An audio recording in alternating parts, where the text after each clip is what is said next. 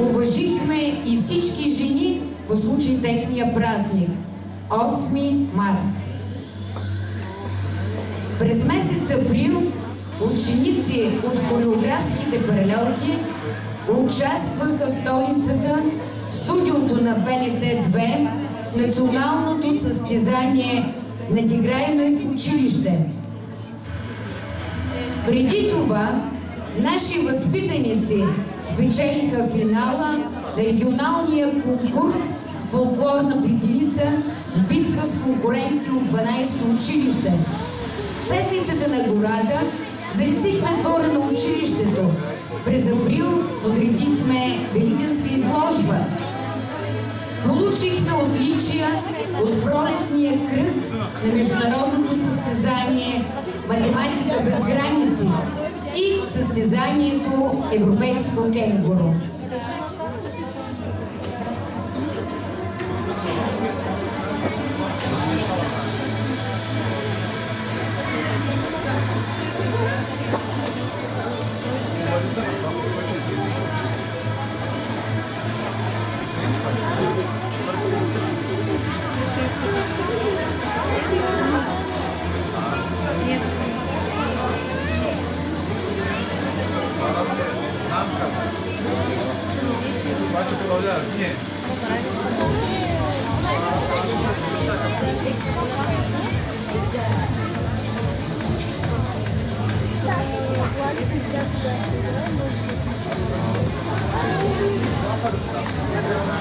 Месец май. Месецът, когато дойде време да изпратим поредния випуск 12-класници по пътя на живота. Проведохме екскурзия до Козлодуй, участвахме в седмицата на книгата, справихме се с предизвикателствата национално външно оценяване за 7 клас и държавни зрелостни изпити за завършващите. Първолаците станаха вече грамотни. По-големите пък научиха как да се държат в училище и вкъщи. Включихме се в тържествата за 24 май и още много инициативи. Така почти приполовихме годината. Идваше лятото. Някои вече бяха във ваканция, други мислихме как да се представим по-добре в националния конкурс "Фолклорна плетеница" в столицата. Трети получихме златни сърца със своите добри постъпки като граждани на Сливен. Четвърти със сълзи на очи се разделиха за годишната учителска професия поради навършване на пенсионна възраст. През юли, въпреки горещените, започнахме изпълнението на проекта за създаване на кът за спорт и отдих в училище. Други бяха обучени за работа в училищна медиация. Имаше и друг вид обучение в рамките на Академията за иновации в обучение. Август, морски бриз и летни изживявания за едни, учебници и помагала за първи и пети клас, разглеждани от други. Доказваме, че училищният живот ни спира и зърви. Наближава септември, подготвяме се за новата учебна година. Разчистено е мястото за зелената класна стая. Довършва се кътът за отдих и спорт, както и новият кабинет по училищна медиация. Стаите се украсяват за първи учебен ден. И ето го, и него.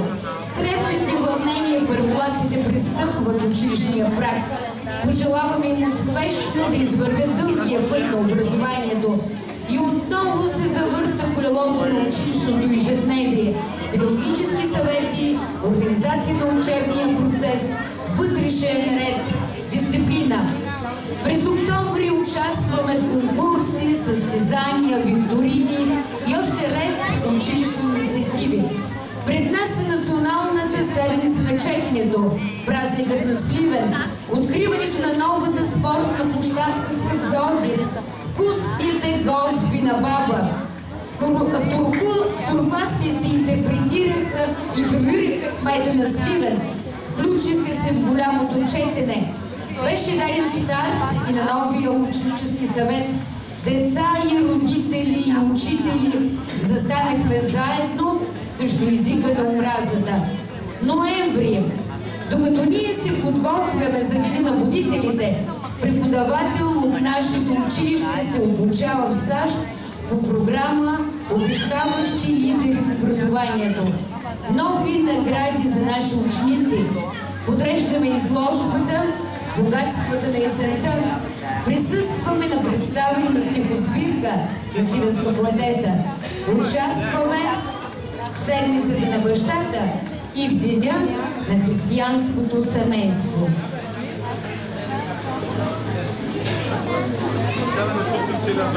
Неусетно идва декември, месецът на равносметки, как и с какво ще запомним отиващата си 2016. Включваме се активно в кампанията на Български червен кръст за благотворителност, в кампанията за здравословен начин на живот, в ред инициативи, посветени на Коледа и Нова година. Не забравяме и класните и контролните работи. В очакване сме на големия празник Рождество Христово. Подготвяме коледните концерти и, разбира се, подаръците. Искаме да ви представим един наш ученик, който донесе много награди и отличия за нашето училище през годината. Данилин Петков. И да го поздравим!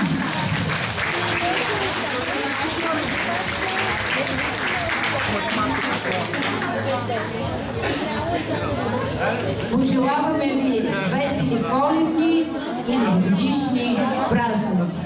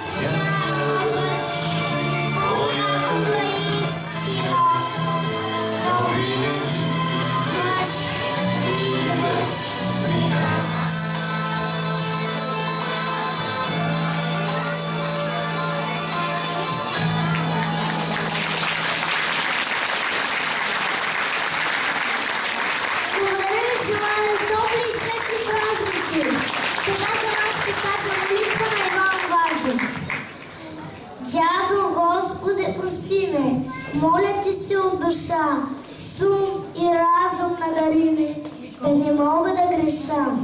Запази ми ти сърцето от зли мисли и неща. Всичко виждаш от небето, зло на мен не дей праща. дай на мама, дай на татко здраве, сила и живот, мир, любов на всички братя и добро на наш народ.